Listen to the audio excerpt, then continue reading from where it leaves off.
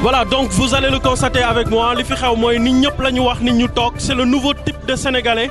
Mooy li nga xam ne waa mouvement Y'en a marre, c'est ce qu'ils ont décrété. Aujourd'hui, ils ont dit qu'il n'y aura pas de violence. Et vous avez vu la foule, tout le monde est assise. Kon loolu mooy le mot d'ordre. Nous allons essayer de prendre un des membres ki nga xam ne dafa bokk ci Y'en a marre ñoom ñu def ñu commentaire ci li nga xam ne moom moo xew. Thiat gis nañu ngeen andiwaat beneen femme gis nañu ataaya de presse tey ñu gisaat ngeen toog ci suuf. Qu'est-ce que cela signifie? Cela signifie tout simplement qu'on n'a pas envie qu'on nous mêle à quelconque débordement. Celui qui a un t-shirt Y'en a marre et qui fait autre chose là-bas, que tout le monde comprenne que c'est un infiltré. Les Y'en a marre sont là à même le sol. Nous sommes disciplinés, nous sommes respectueux des lois, nous sommes des nouveaux types de Sénégalais. On est à même le sol, on ne provoque personne. Et on est hyper déterminés jusqu'à ce que victoire s'en suive. Nous n'allons pas suivre Wade sur le terrain de la violence. Il est provocateur, il veut nous provoquer pour repousser les élections. Il n'aura pas cet alibi. Ce n'est pas Y'en a marre qui va le lui donner. On est pacifique et nous demandons à tous les autres leaders de faire comme nous, demander à leurs partisans de se mettre à terre pour que personne ne puisse dire c'est eux qui ont lancé les pierres, c'est eux qui ont fait ceci ou c'est eux qui ont fait cela. Voilà. Donc aujourd'hui, il n'y aura pas de casse. À moins qu'ils cassent leur truc là-bas. Mais ça ne partira pas d'ici. Les 4 morts là, c'est dans notre camp. Parce que ne vous y trompez pas. Même quand un policier meurt, ce policier est du côté du peuple. Il est payé avec l'argent du contribuable. Il est venu pour garder la sécurité des citoyens. Ce sont les non-citoyens qui appartiennent à l'autre camp, qui tuent des policiers et qui leur jettent des pierres.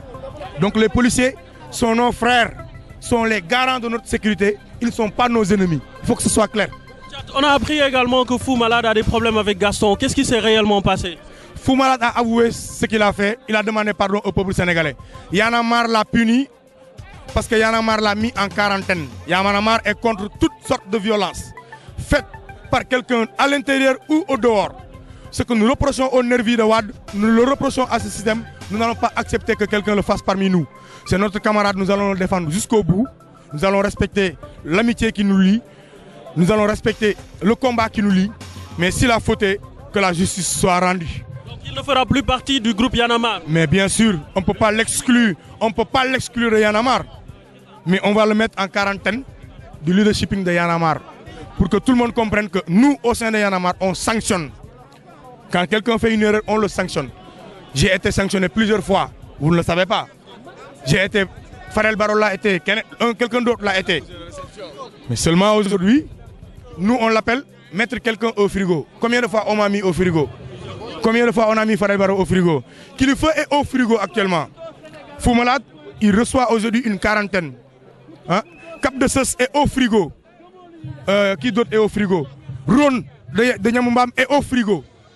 Et ça, c'est le règlement de Y'en a marre, il faut le respecter. C'est quoi être au frigo? Tu es mis à côté. Tu es suspendu de toute activité de Y'en a marre. Tu es présent aux réunions, tu n'as pas le droit à la parole, tu ne fais rien, tu es à côté.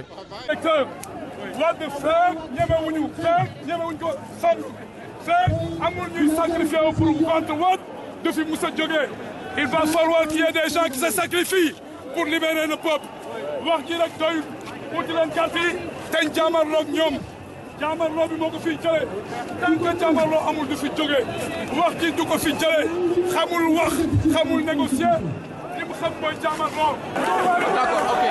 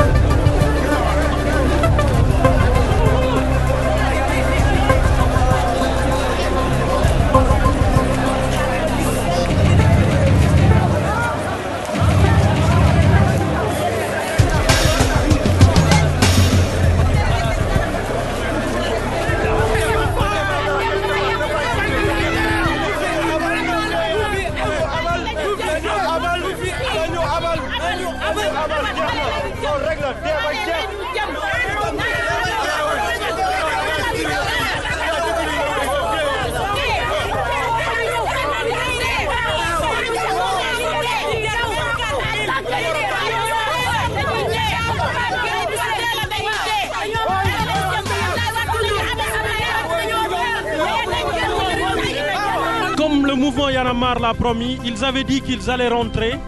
Ils sont en train de rentrer. Ils avaient dit qu'il n'y aurait pas de violence. Et on voit à la place de l'Obélisque. La place de l'Obélisque est en train de desservir. Les gens sont en train de rentrer. sëñ bi mun nga ñu wax lan moo tax ngeen di ñibbi yéen ñëpp. bon ñun dañoo ñëw pour jàppale gars yi ñu gis gars yi du ñibbi ñun tam aussi dañuy ñibbi waaw loolu moo tax ñuy ñibbi nii.